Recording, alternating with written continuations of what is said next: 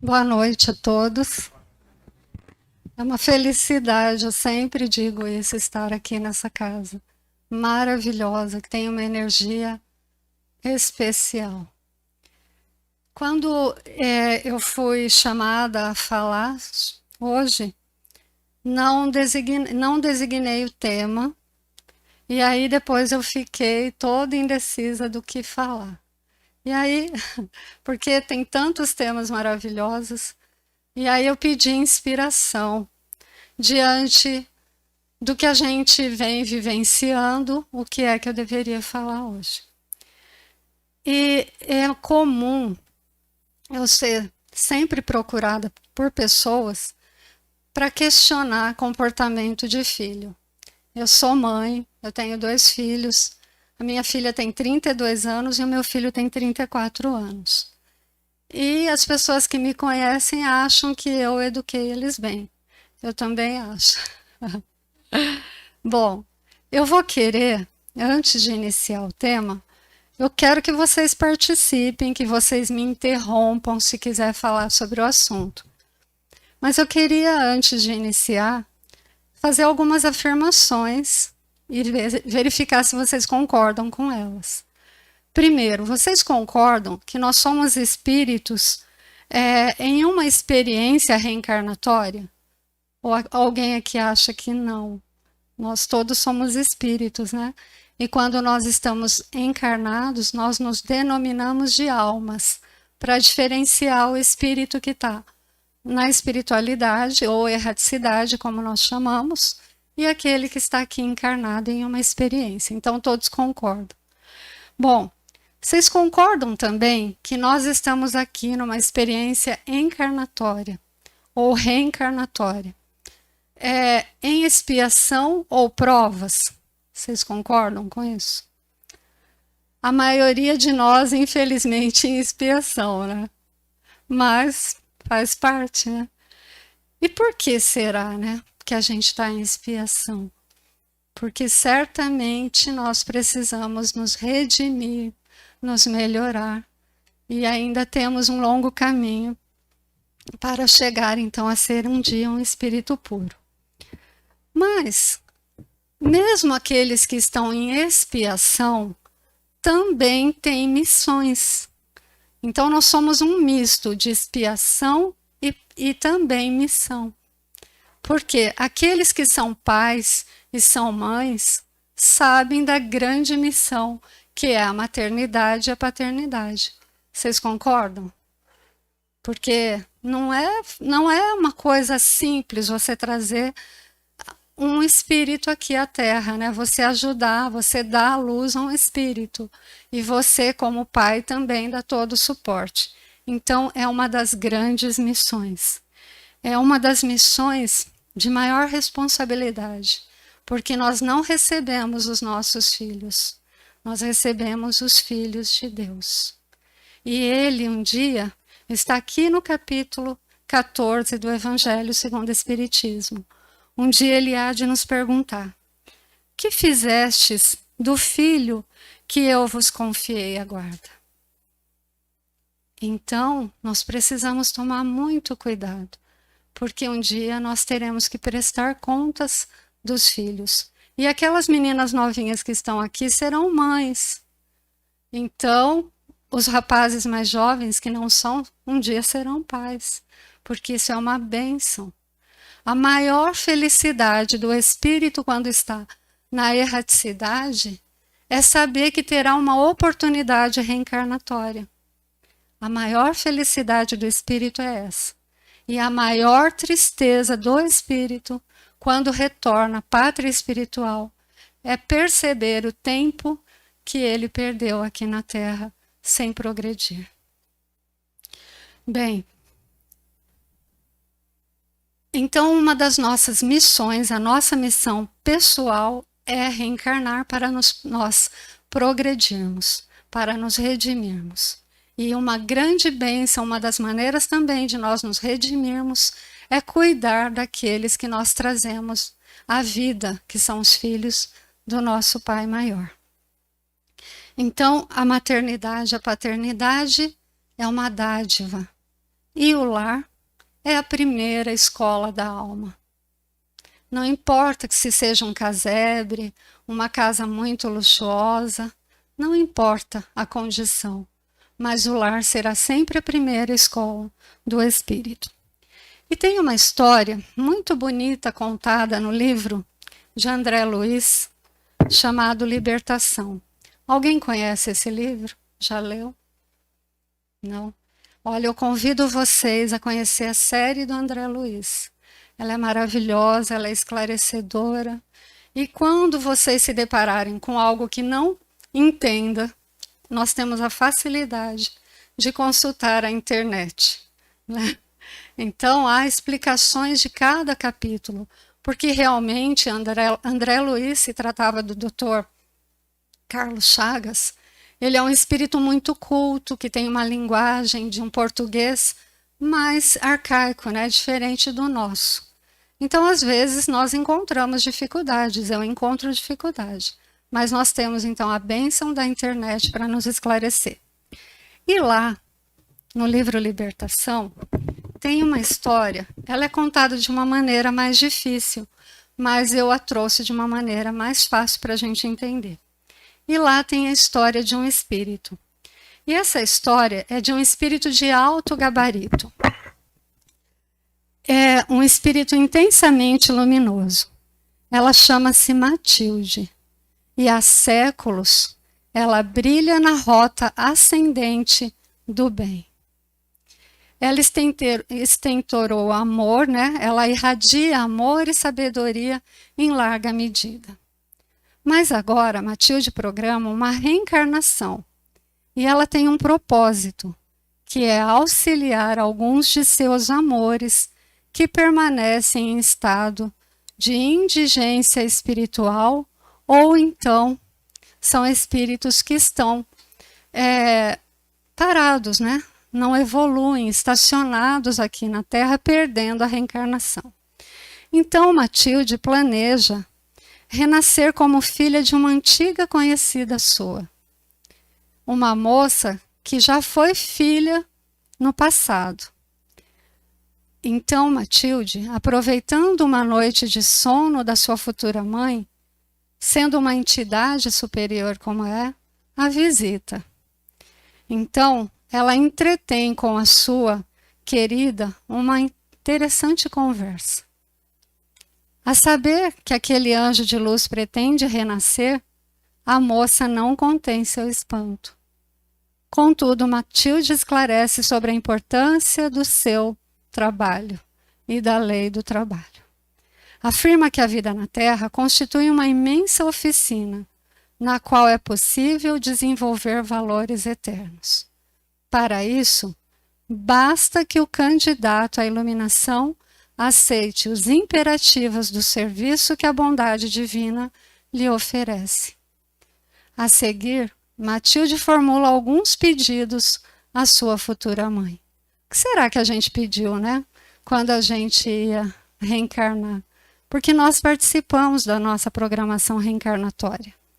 E o que será que foi objeto de pedido de Matilde? O que será que ela pediu?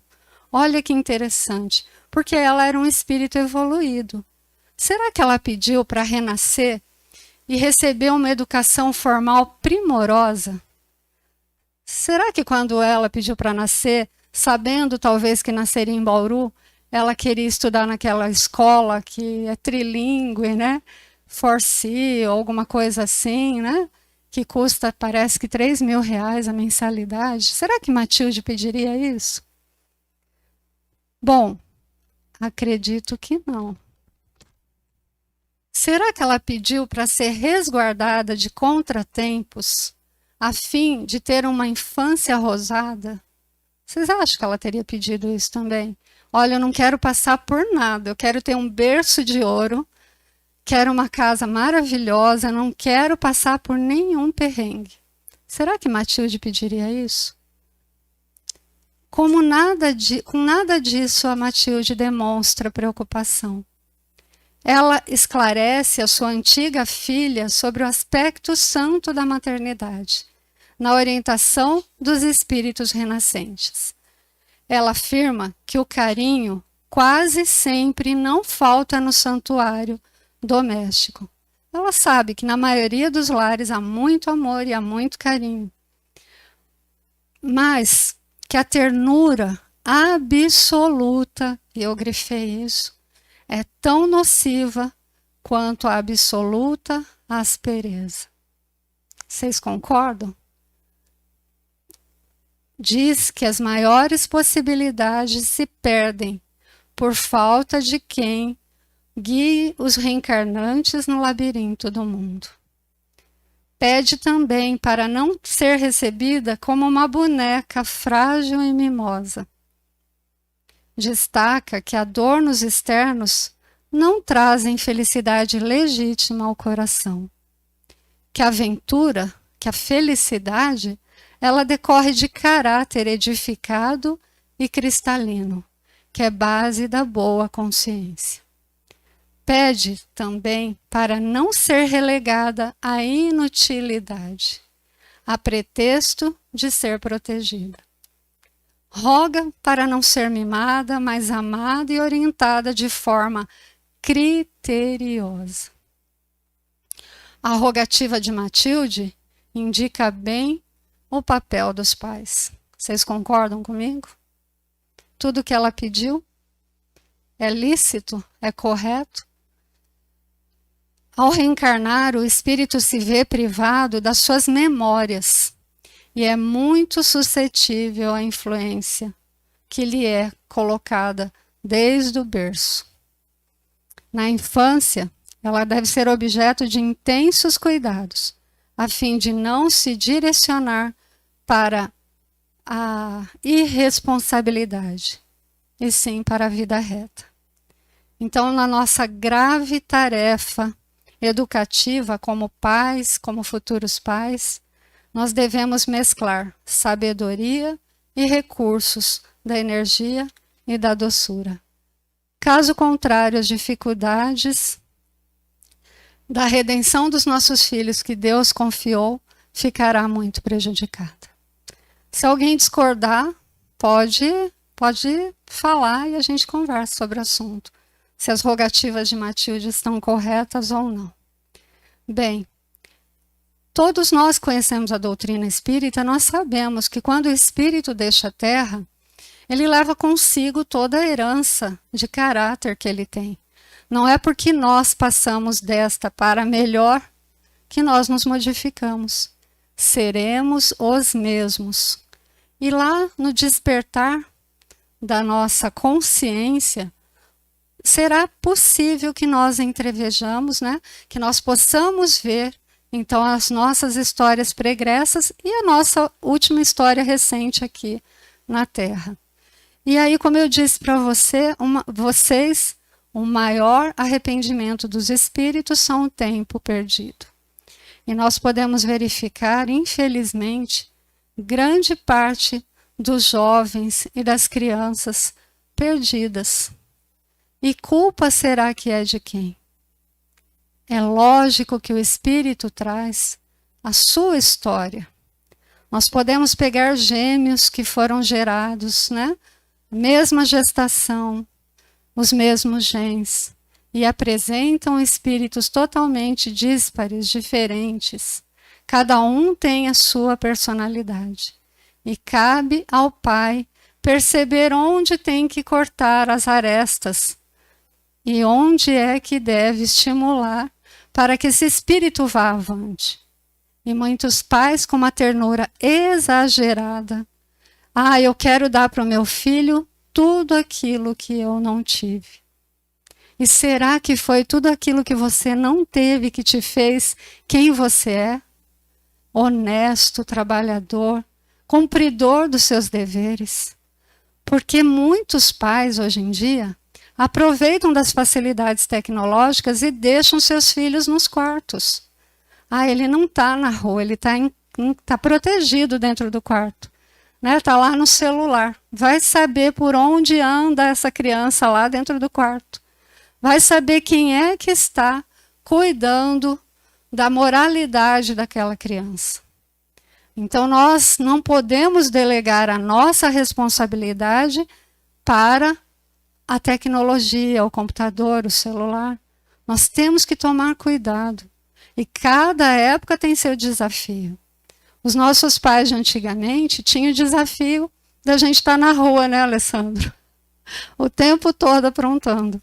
Eu sempre conto para minha filha que eu tinha tantas aventuras que eu ia numa serralheria que tinha perto da minha casa e ficava lá tentando pegar as sobras lá de material para fazer bolo, para brincar. Imagine o perigo.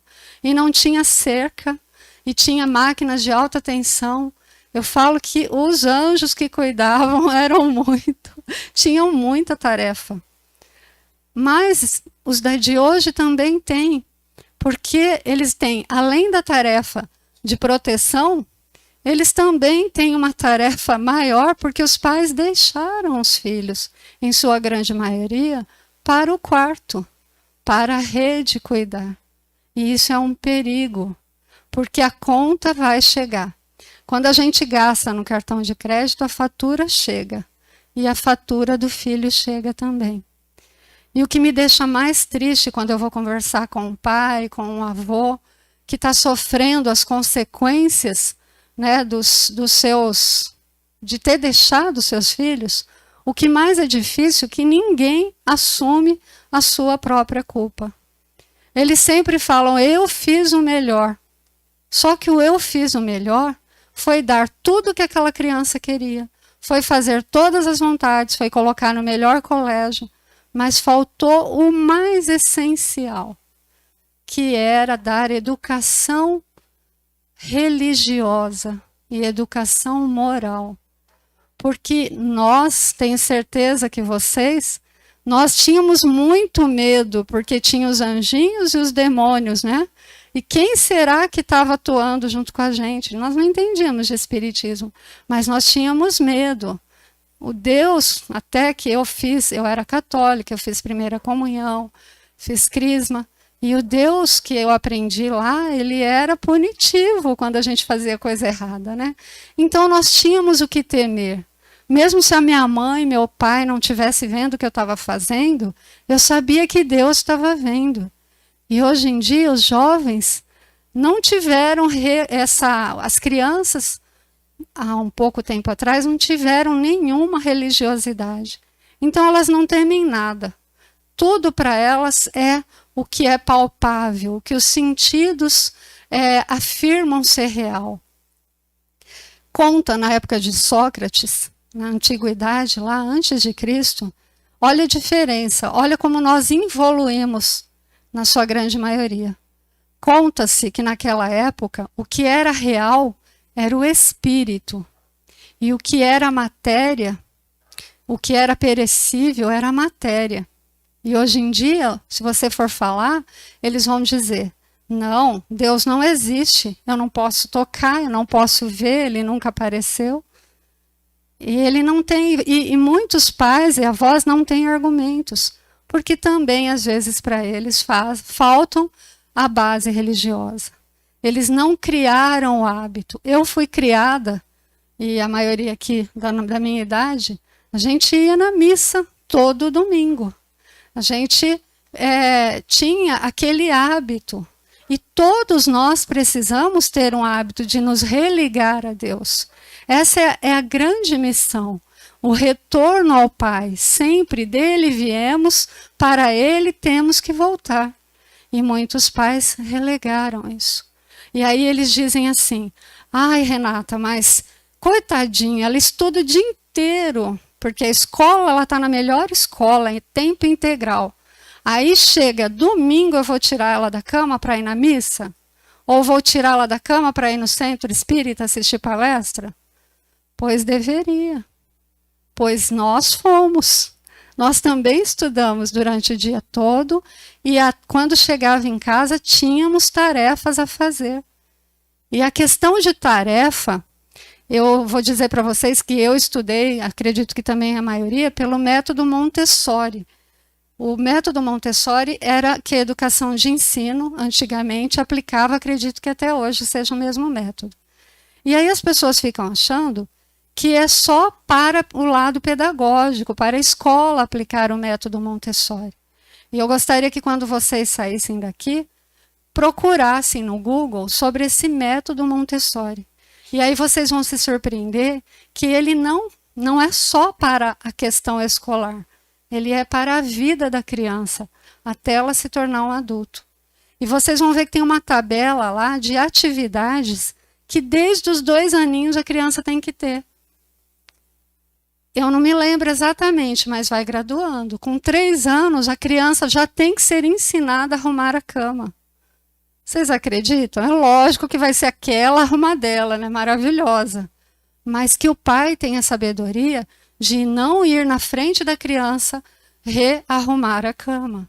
Que elogie aquele ato que ela teve, que crie aquele hábito dela levantar, arrumar a sua caminha, pôr o chinelinho lá debaixo, o pijaminho debaixo do travesseiro, porque o hábito molda o caráter. E são os pequenos atos. Ensinar a pegar o prato e levar à pia. E eu acompanho jovens que não tiram o prato da mesa, porque a mãe e o pai são empregados deles. E que aí, quando sai um novo celular, eles também têm que ter um modelo novo de celular. Eles não pediram para nascer? Que ledo engano, né?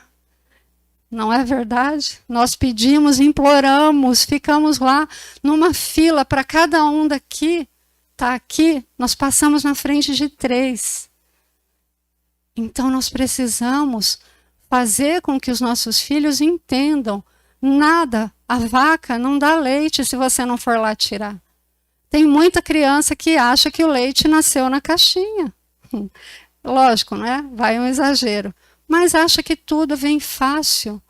E não sabe que o dia que o pai e a mãe se for, não existe aposentadoria vitalícia. Ele vai ter que se virar. Ele não entende que aquele Wi-Fi que ele usa sai do trabalho suado do pai e da mãe. E ele não quer se esforçar. É a geração dos nem-nem, né? Nem trabalha, nem estuda e nem faz nada. Mas, infelizmente, eu trago uma notícia que todos já deveriam saber, né? Porque ficar parado no mesmo lugar é coisa de cadeira, como dizia Pinóquio. Todos nós vamos ter que nos mexer. Todos nós vamos ter que fazer algo. A vida não é uma colônia de férias.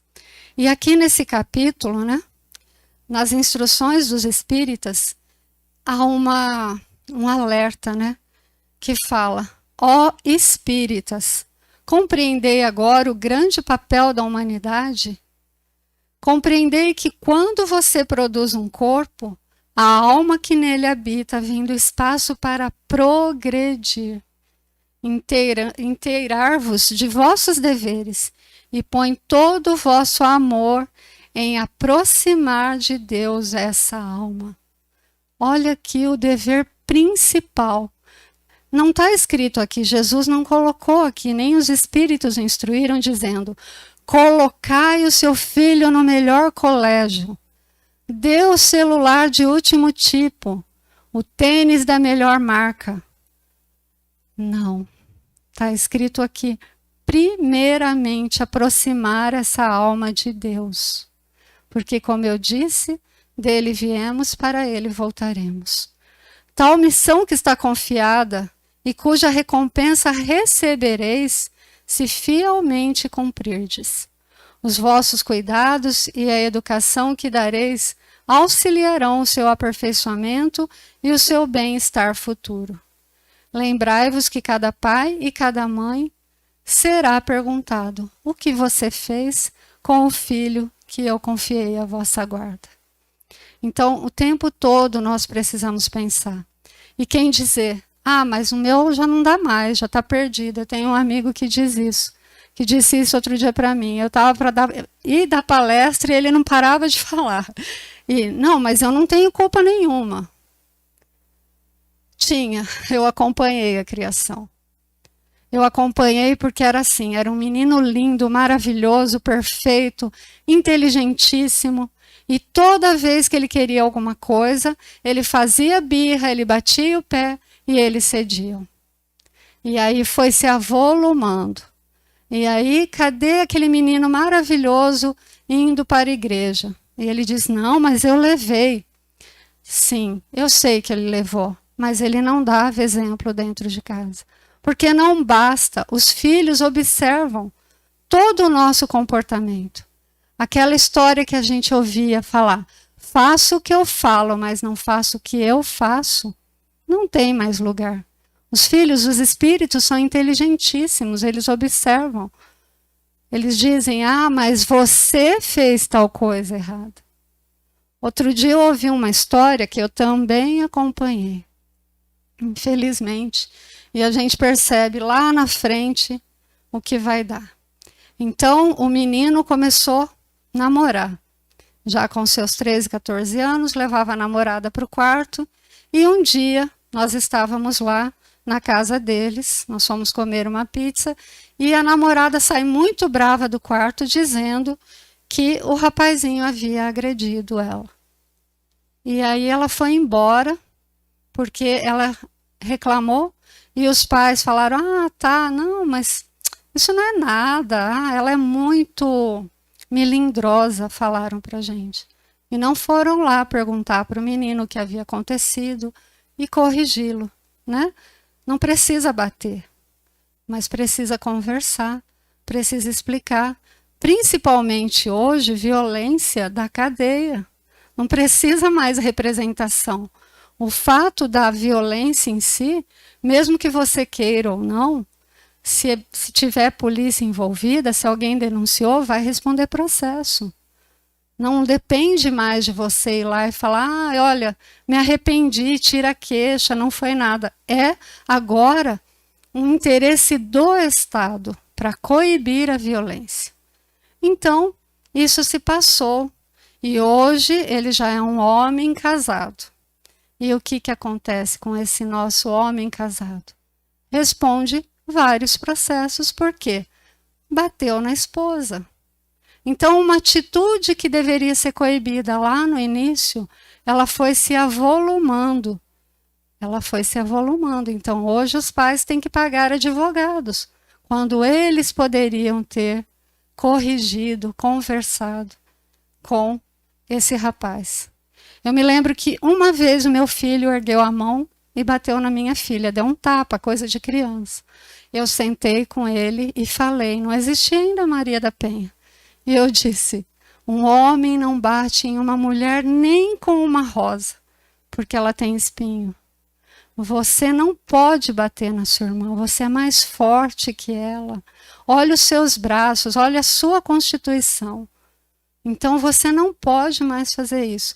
E aí eu achava interessante, porque todo mundo reclamava dos filhos batendo, né? E se batendo. E em casa a gente não tinha esse problema.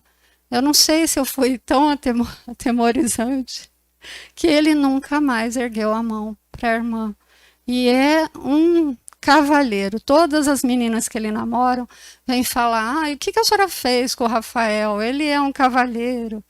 Mas a gente, filho, é uma construção. O espírito vem aqui e ele passa pela infância, é como se ele fosse resetado, sabe o computador, quando a gente dá um reset, né? E começa tudo de novo. Nós podemos achar arquivos ainda lá, mas aqueles novos arquivos que nós colocamos vão moldando esse espírito. Então, nós precisamos corrigir desde pequeno. Os dois exemplos que eu tinha em casa, um precisava de correções em determinadas áreas e o outro em outra área, porque são espíritos com a sua história. A menina me diz até hoje, como você foi má, mãe. Você colocava comida e eu não comia. E aí você dizia, só vai sair da mesa quando comer. E eu ficava 2 horas sentada, mãe. E você não deixava. E aí o que aconteceu? Comia de tudo. Tinha que aprender a comer. E aí eu falava, tem criança passando fome. E vocês são privilegiados. Sempre mostrando quão privilegiados são as crianças que têm lá. Não é? Ensinando aquela criança a pegar os brinquedos que tinha excesso e levar aos menos favorecidos. Nós aqui no Centro Espírita Irmã Catarina temos vários colegas que participam das ações de doação de cesta básica e levam seus filhos. Nós temos muitas crianças que vêm aqui e acompanham seus pais também nas palestras, nos estudos, em todas as atividades assistenciais que essa casa participa. O que eles estão fazendo? Dando exemplo. Porque tanto se fala na nossa doutrina, Francisco de Assis sempre dizia, nem sempre é necessário a palavra. O exemplo é o mais importante. O exemplo arrasta. A palavra direciona, mas o exemplo nos arrasta, tanto para o bem quanto para o mal. Então nós precisamos tomar muito cuidado com a educação. Se já criamos os nossos filhos, virão nossos netos. E nós não temos o dever de estragá-los. Tem muita gente que fala assim, a avó tem que estragar. A avó tem que ajudar os pais a educar os filhos.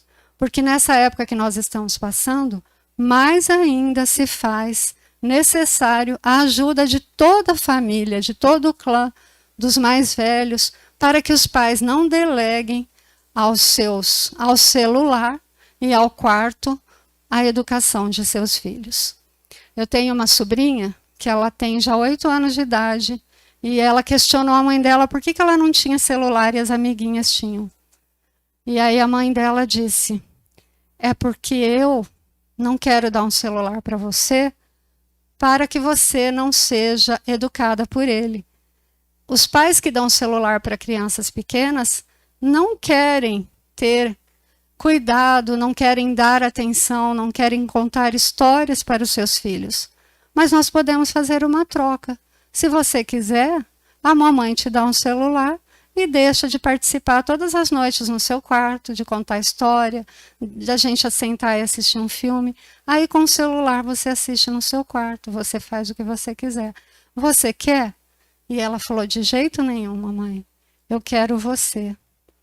Então nós precisamos pensar nisso. É lógico que nós não vamos criar filhos alheios às tecnologias, mas primeiro precisamos formar o caráter da criança. E a gente vê bebezinho que o pai e a mãe já dão o celular para ele não chorar. Que pena, né? É uma pena porque a fatura virá. E a fatura costuma ser muito cara. Então eu tenho esses acompanhamentos que eu faço, né? São tristes demais. Porque são pais que viraram reféns dos próprios filhos. Se eu não der, ele me mata. Olha, que absurdo. Se eu não fizer isso, eu fico louca. Você quer aquele hobby? Já me perguntaram. Eu falei, lógico que não. De jeito nenhum. Mas você precisa começar a tomar medidas e cortando. Porque se você não aparar os galhos, essa árvore não dará bons frutos. E os filhos que acham que não tem que ter responsabilidade nem de levar a roupa suja ao cesto de lavar. Todas as tarefas que a minha mãe me impunha, que eu reclamava muito, eu dizia para ela que eu ia casar para me libertar dela. Porque eu chegava da escola, não existia micro-ondas. Eu tinha que esquentar a comida numa frigideira e era o que tinha sobrado do almoço, porque minha mãe trabalhava. Então eu esquentava a comida, eu e meu irmão, a gente comia, brigava bastante porque tinha que limpar a casa todo dia, tinha que passar enceradeira, passar enceradeira, passar o feltro, alguém aqui deve saber, que desse eletrodoméstico, para tirar as ondas, e minha mãe já chegava passando a mão na veneziana para ver se a gente tinha tirado o pó. Ai, meu Deus, eu falava, mãe, mas a gente tem que limpar a casa limpa. E sabe o que aconteceu comigo? Isso virou um hábito. Aí eu casei, eu limpava a minha casa todo dia. Foi um hábito muito bom. A minha mãe criou em mim o dever de entender que todo mundo tem que produzir algo no mundo. Nós não viemos aqui para ser sanguessugas. A tarefa de educar não é difícil, não é fácil, mas não é impossível. Deus, a cada um de nós, quando deu a oportunidade de vir aqui, Ele deu porque nós fizemos uma programação de vitória. Ninguém validou assim, olha, você vai para a Terra, mas você vai ser um neném, um folgado, não vai fazer nada, vai passar em brancas nuvens e vai voltar aqui do jeito que estava. Ninguém revalidou uma programação dessa. Todas foram programações de vitória. E aí nós vamos dizer, olha, mas tem pais que fizeram tudo pelos seus filhos, foram exemplares, deram oportunidades, fizeram o seu melhor, e mesmo assim, esses espíritos se desviaram. Mas quando a gente voltar para lá, e Deus nos perguntar, primeiro, eu acho que ele nem vai fazer essa pergunta, porque é uma retórica, ele já vai saber a resposta. Você fez o seu melhor. E muitos, infelizmente, dizem que fez o melhor e não fizeram. Fizeram todas as vontades dos filhos, deram todas as facilidades, não quiseram que os filhos tivessem dor.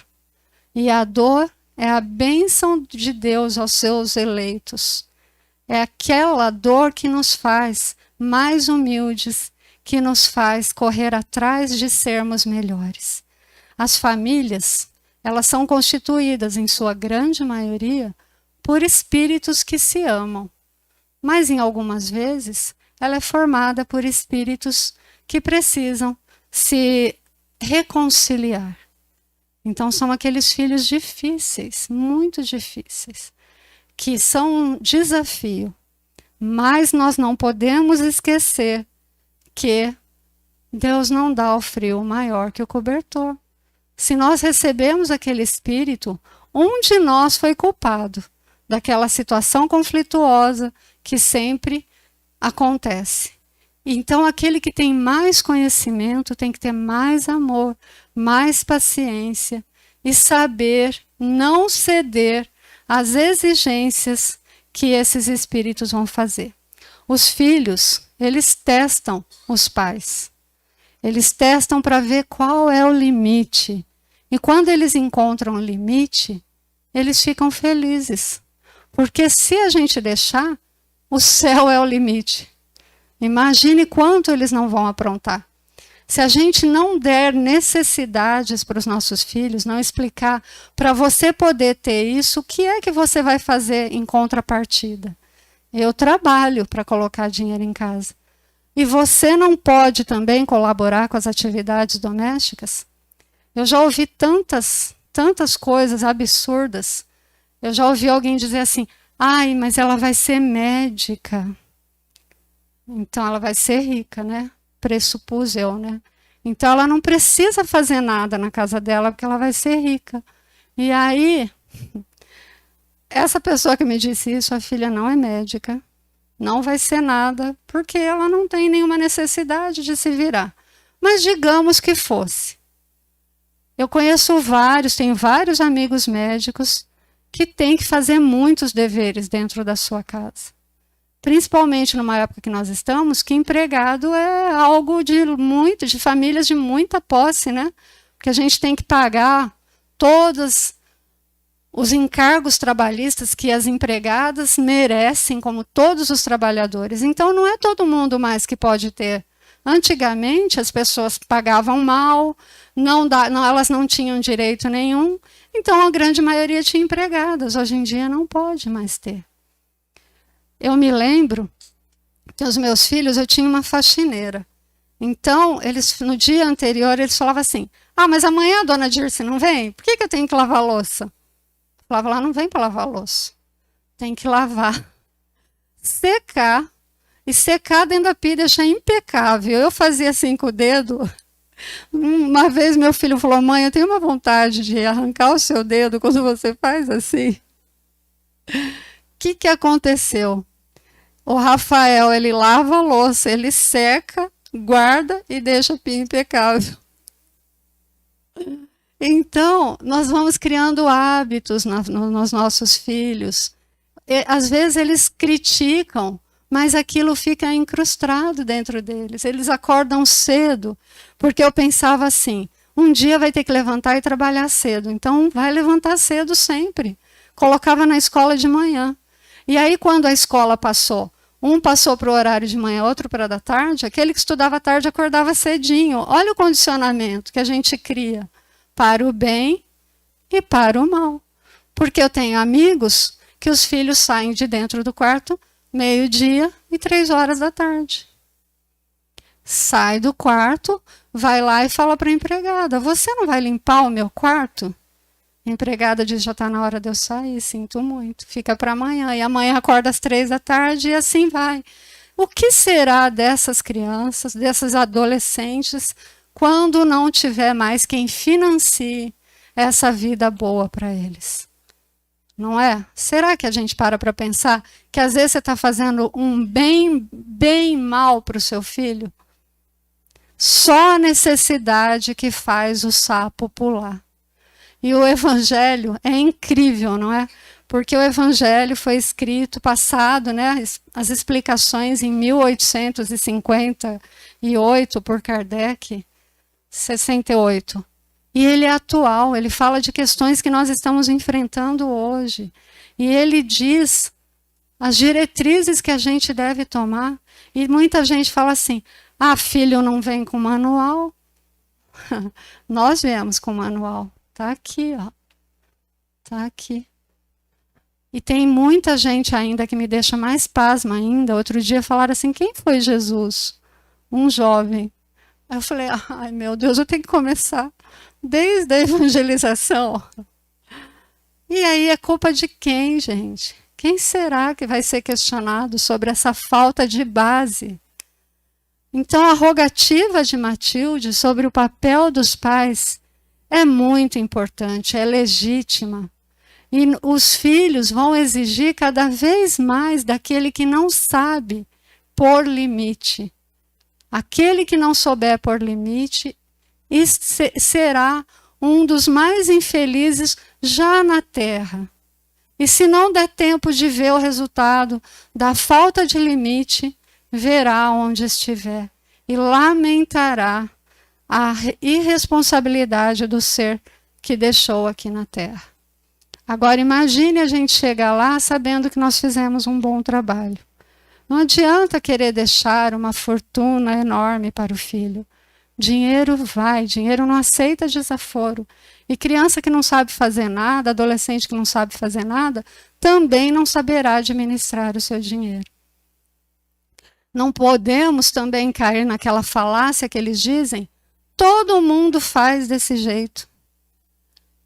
O meu filho adorava falar assim, mãe, mas eu sou tão bonzinho, se você soubesse que meus amigos fazem. Eu falava, problema da mãe dos seus amigos. O meu problema é você. Mãe, mas ó, eu não bebo. Eu falava, obrigação sua, só me faltava você beber. Eu não fumo. Nossa, só faltava essa. Então, eles começam a achar que eles estão fazendo um grande favor de não fazer esses desvios, esses vícios.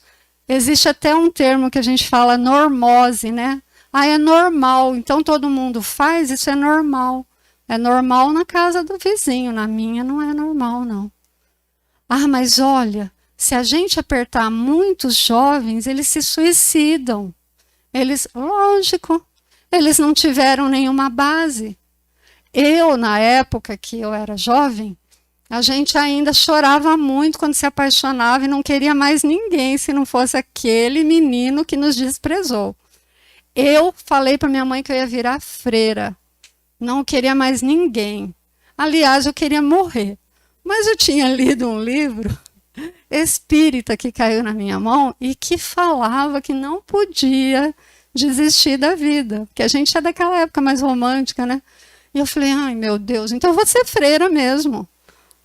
Mas olha isso que interessante, a gente tinha capacidade de lidar com sentimentos. Os jovens hoje em dia, eles se apaixonam, se eles não forem correspondidos, eles não conseguem lidar com isso. Porque tudo que eles queriam na vida, os pais proporcionaram. E como agora o pai não vai dar aquela menina ou aquele rapaz que ele queria? Então eu vou embora. É assim. Simples assim na cabeça deles e é muito complicado. Então, sempre há tempo de fazer um novo começo. A gente sempre pode rever o que nós estamos fazendo. É lógico que as medidas terão que ser tomadas cautelosamente. Ninguém vai chegar em casa e, de repente, aquela criatura que não fazia nada, você, de repente, vai impor tudo.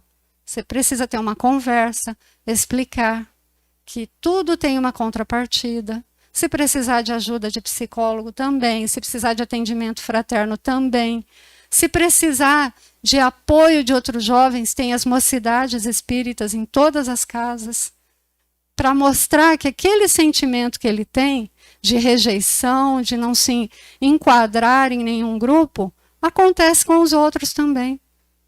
Ah, dos pais serem chatos e caretas, vai vir aqui, vai ver os outros dizendo, meus pais também são chatos, são caretas. Faz parte. O filho, para criar a personalidade, ele precisa encontrar um contrário. E isso vocês vão poder ler em Jung, em Freud, em qualquer psicanalista famoso. Vocês vão verificar que todos nós, quando nós estávamos numa certa idade, nós precisávamos contrariar. Tudo que os nossos pais faziam era errado. E nem por isso eles deixavam de fazer. E aí nós fomos construindo o nosso caráter. Porque a consciência, ela se dá pelo contraste. Eu só consigo ver o branco se tiver uma cor logo na sequência. Então, se tudo é um mar azul, para mim tudo é azul. Então eu preciso me confrontar com algum obstáculo. E se os pais não são esse obstáculo, o mundo será. E quão triste é o mundo, como o mundo faz os nossos filhos chorar. De uma maneira tão dura e que nós não vamos poder agir. Como deve ser duro para uma mãe quando o filho vai encarcerado. E quanta culpa será que ela não teve? Porque não deu limite, porque ele não encontrou contraste e limite em casa. E aí o mundo vai dar da maneira mais difícil e mais dura. Quanto deve ser triste para uma mãe ir numa boca, numa biqueira, não sei como chama, e não poder fazer nada, e não poder trazer seu filho para casa. Porque ela entregou o seu filho para o quarto e vai saber lá quais ofertas o quarto fez a esse filho. Então, não esqueçam de sempre lembrar que uma criança não é um boneco. Quando a gente quer casa e quer ter filho, não é para pôr Maria Chiquinha vestidinha bonitinho, para dar o melhor carrinho, para colocar na melhor escola. São coisas que são necessárias, mas não é o primordial. O que esse espírito pediu quando escolheu você como mãe e você como pai, fosse para que você nunca deixasse ele esquecer de onde ele veio e para onde ele vai retornar. E qual é a missão dele aqui? Que é progredir, assim como é a nossa. Então, muito obrigado por essa oportunidade de estar aqui hoje com vocês, falando, compartilhando experiências, porque é muito triste ver pais e mães dizendo, eu fiz o melhor. Mas o melhor que ele fez foi dar as coisas mais caras, dar todos os prazeres, dar as melhores férias na Disney e etc. O melhor celular, trocar o celular o tempo todo. Mas não era isso que foi o prometido. O que foi prometido é que você me encaminhasse dentro da moral cristã, me desse sim educação intelectual, que todos nós precisamos também, mas não me fizesse esquecer o caminho do Pai. Então vocês que são jovens, quando tiverem filhos, lembre-se de criar o hábito, não só dos deveres de casa, mas o hábito de se religar a Deus. Que a gente não pode esquecer que todos nós precisamos estar ligados ao Pai, porque é Ele que nos protege. Ontem teve aqui na palestrante de ontem, ela mostrou um rito de passagem da tribo Cherokee. Então, eu achei interessantíssimo que esses índios, quando eles chegam numa certa idade, o pai vem do olho desse índio, leva ele ao topo de uma montanha e deixa ele lá para que ele passe a noite sozinho. Então, esse menino, né, que está já passando para a fase adulta, ele vai só ouvir barulhos, vento, ele vai passar medo ali a noite toda. Alguns não conseguem e voltam para a tribo desmoralizados. Mas a grande maioria, sim, consegue. E quando tira a venda, tem uma grande surpresa, porque verifica que o pai não saiu de perto deles a noite inteira. É lindo demais, né? É inesquecível. Assim somos todos nós. Estamos aqui com os olhos vendados, passando medo, frio, necessidades, passando por provas, vicissitudes e desafios sem fim, achando que estamos sozinhos. Lê do engano. O Pai está sempre nos olhando e nos protegendo. Muito obrigado. Que Deus abençoe a todos nós.